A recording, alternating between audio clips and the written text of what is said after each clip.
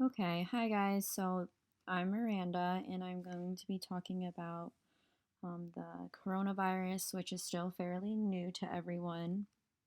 We're just going to go over how the virus spreads, how to protect yourself and others, some symptoms that come with the virus, when you need to seek medical attention, and the current statistics that we know now. Okay, so how it spreads. I'm sure many people should be aware of how it spreads by now, but just to go over it, it mainly spreads person to person within 6 feet through respiratory droplets that are produced when the infected person coughs, sneezes, or simply just is talking.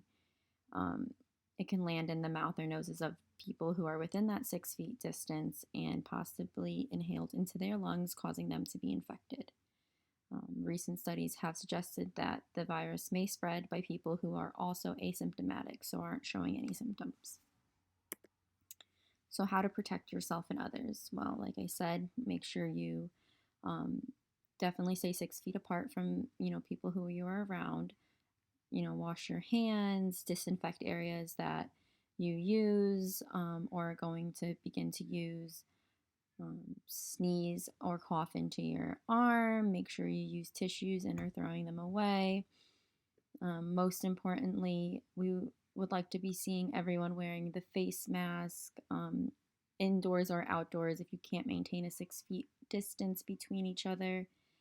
And just be aware of your mental health, your physical health whenever you go outside of your home or even inside of your home, trying to stay that distance from anyone around you.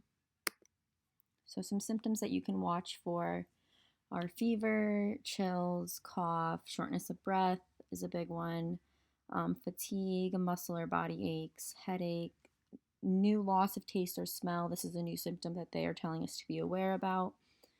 Sore throat, congestion, nausea, vomiting, diarrhea. And again, these symptoms will appear 2 to 14 days after you are exposed to this virus. Within any range of severity, can these symptoms occur, and we all should be aware of them. So, when should you seek medical attention?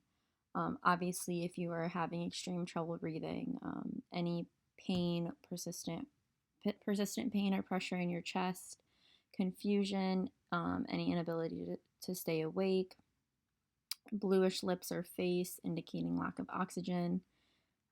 Just make sure you're able to call 911 or any local emergency facility, because these are the symptoms that you should be aware about when seeking medical attention.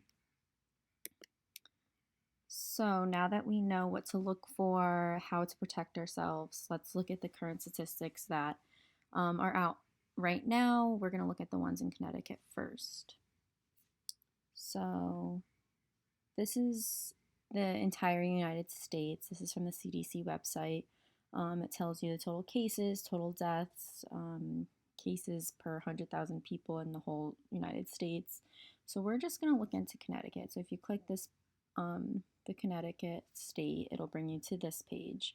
And here's our daily report. So today I'm looking at this on August 18th, obviously 2020.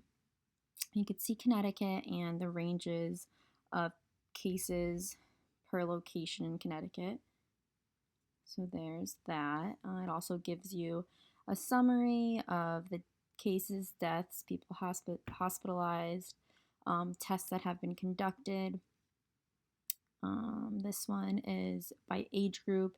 It shows the cases and associated deaths per 100,000 people in Connecticut. This one is in different counties. It shows the same information. Here is some helpful links on how to be preventative, any relief or support that COVID has impacted you with, whether it's financial, actually being, infected, any of that sort of thing. And then the next thing is Connecticut and how we're reopening with the different phases. So phase one, there was a few things opened, and if you go again onto the, well, now we're in the Connecticut, Connecticut.org .gov, excuse me. So CDC actually, when you click on that, brings you right to Connecticut.gov and gives you that daily report, which you can then look at the different phases in the reopen plan. So we're not even in phase 3 yet. We're still in phase 2. And here, I'll click on this so we could see what that means. So as of June 17th, these are the different facilities that have opened since then. Okay, so that's for Connecticut in general. And as for the travel advisory for people who are coming from different states, here are the different states that Connecticut requires you to do a 14-day quarantine if you're traveling to or from. So this is important to note before coming back to school. And in general, any state that you are traveling, I believe the USJ's policy is that you need to get a negative result. So let's look at what, before coming back in, so let's look at what USJ has for our reopen plan. So if you go on the USJ website, let's start from the beginning here.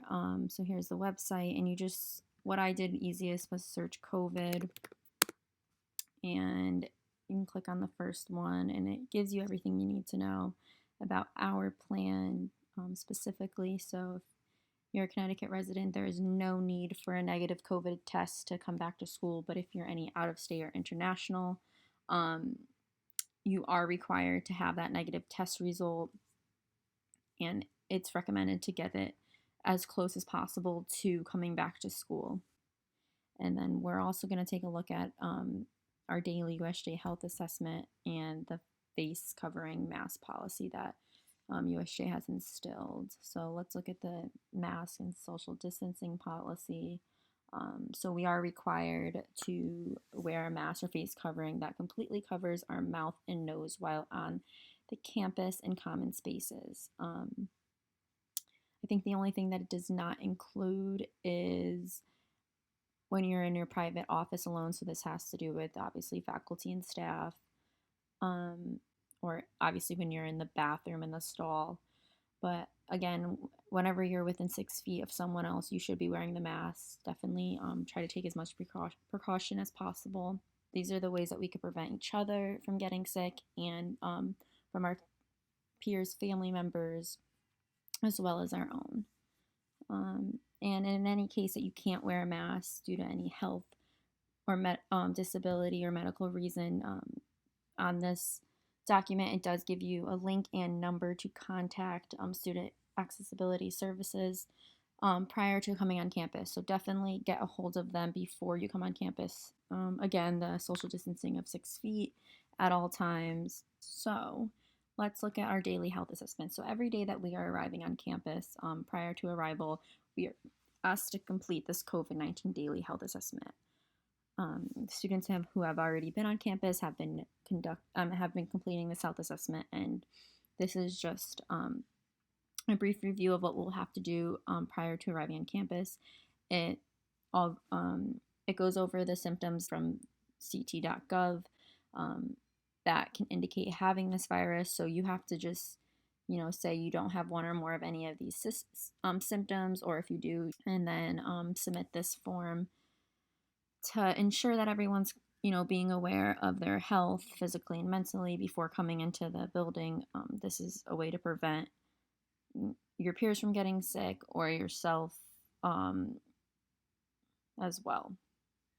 So this is something we will have to submit on a daily basis before coming into school. And I believe that is all I wanted to go over for the COVID-19 update.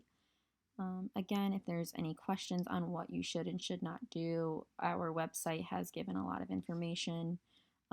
This is the brief reopen plan. I believe there is a way to access the full plan. Oh yes, to read the entire message, it's right here, and you can go through that. It's 2 pages, very short. But it does give everything you need to know about what USJ is doing to help keep a safe environment for the upcoming semester. So eBoard is also available if you have any questions or concerns with this.